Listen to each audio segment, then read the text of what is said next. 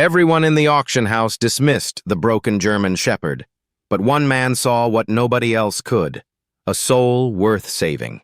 What happens next will restore your faith in second chances. He wasn't a prosperous buyer or experienced breeder, just a regular man with an extraordinary compassion for animals. Dressed in weathered denim and a basic jacket, he stood out among the more sophisticated auction attendees. The silence in the crowd confused him. He had observed numerous dogs before, but something about this particular one touched him deeply. The way the German Shepherd stood, resigned yet somehow maintaining dignity, stirred something profound within him. The auctioneer exhaled heavily, tapping his gavel with impatience. "No interest? A German Shepherd with excellent lineage, ladies and gentlemen?" Silence lingered in the air. Just as the auctioneer prepared to move forward, Daniel's voice cut through the murmurs. "I'll take him." Heads turned, eyes widened with surprise. The auctioneer blinked, momentarily disoriented. "Very well, then. Starting bid." Daniel raised his hand again, his voice unwavering.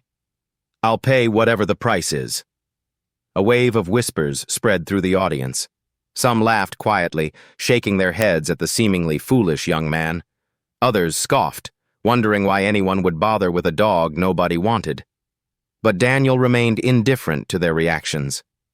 Something in those weary canine eyes had already made the decision for him. As Daniel approached the enclosure where his newly purchased German Shepherd was being held, he noticed the anxiety in the dog's body language.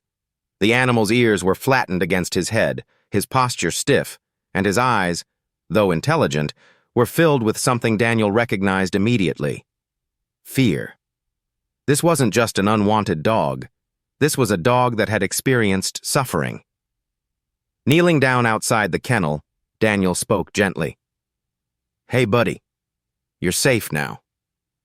The dog remained motionless, watching him warily, muscles tensed as if anticipating something unpleasant. A handler nearby shook his head. "Not sure what you see in him, kid. That one's been returned twice. Won't obey. Won't connect. Whatever he's been through, it's changed him." Daniel remained undeterred. He understood that trust wasn't freely given. It needed to be earned patiently. Carefully, he unlatched the kennel, giving the shepherd plenty of space. The dog hesitated but didn't flee, a promising sign. Instead, he simply stared, studying Daniel with quiet intensity. Then, for the first time, Daniel noticed the faint scars hidden beneath the thick fur. Someone had abused this dog. In that moment, Daniel made a silent promise. He would never allow it to happen again. Bringing the dog home marked just the beginning. Daniel named him Rex, a powerful name for a dog that had clearly endured too much, but Rex showed no response to it or to anything else. He ate when food appeared, moved when necessary, but never wagged his tail, never made a sound. It seemed he had learned that silence was the safest strategy for survival. Daniel refused to surrender hope. Every day he sat outdoors with Rex, speaking softly, never forcing physical contact, simply allowing the dog to exist beside him. Initially, Rex would sit rigidly, his body tense like a coiled spring. But as days transformed into weeks, something shifted. One evening, as Daniel sat on the porch steps, he felt unexpected warmth against his leg. Rex had rested his head down beside him, not quite making contact but close enough to signify something meaningful. It was the first indication of trust, and Daniel knew better than to take it for granted. He remained still, didn't speak, just allowed Rex to be. The battle wasn't won, but this moment represented a victory, the first real step in dismantling the barriers constructed around Rex's wounded heart. The breakthrough arrived on an ordinary afternoon. Daniel was outside repairing the fence when he sensed a presence behind him. He turned to discover Rex standing there, ears alert, eyes watching with curiosity rather than fear. It was a small gesture, but to Daniel, it meant everything. Wanting to encourage this moment, he picked up a ball and rolled it a short distance away. Rex's gaze followed it, but he didn't move. Daniel didn't pressure him.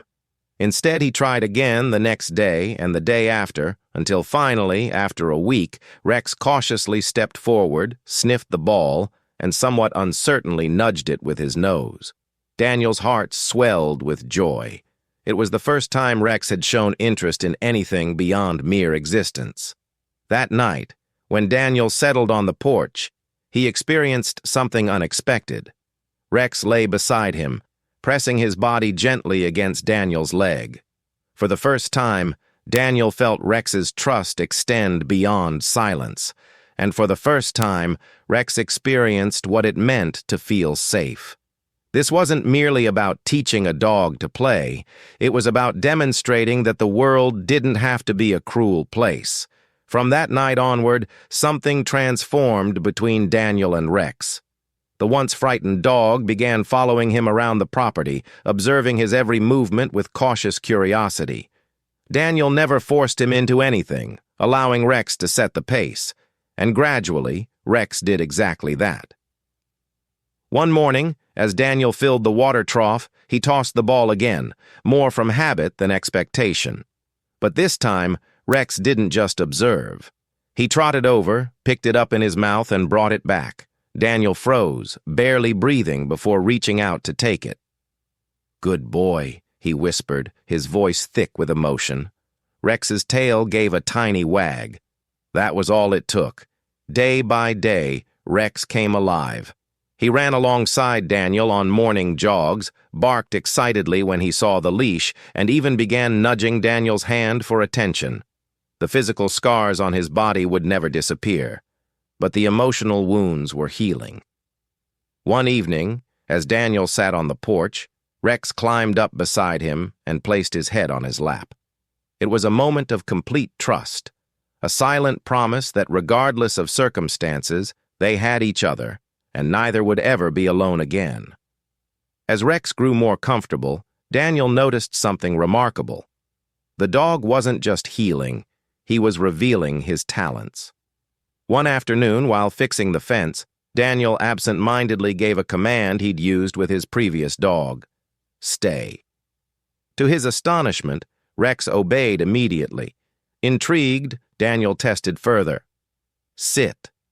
Rex lowered his body without hesitation. Daniel realized that Rex had received training before, perhaps from someone who had cared for him before he was abandoned, but his abilities extended beyond basic commands. One evening, Daniel took Rex to a field where cattle grazed. He wanted to observe Rex's reaction. As soon as the dog spotted the livestock, his demeanor changed. He crouched low, eyes fixed on the herd, moving instinctively as if he had done it his entire life. Rex wasn't just any dog, he was a natural herder. The way he maneuvered, guiding the cattle with precision and confidence, left Daniel speechless. He had unknowingly rescued a dog with an extraordinary gift, one that could transform both their lives. Watching Rex in his element, Daniel knew without doubt that destiny had brought them together. The dog who had once been discarded had a purpose, and Daniel was determined to help him fulfill it. Word spread rapidly about Rex's incredible herding instincts. Neighbors visited to watch as he skillfully guided the cattle, responding to Daniel's every command with perfect precision.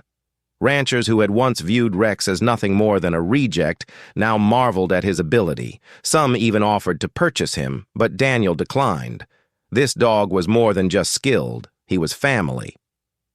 One morning, an elderly rancher approached Daniel with a knowing smile. "That dog of yours," he said, nodding toward Rex, "he's special. Looks like he comes from a championship bloodline." The man explained that dogs like Rex weren't just proficient at herding, they were among the elite. Perhaps, Daniel thought, that was why Rex had ended up at the auction.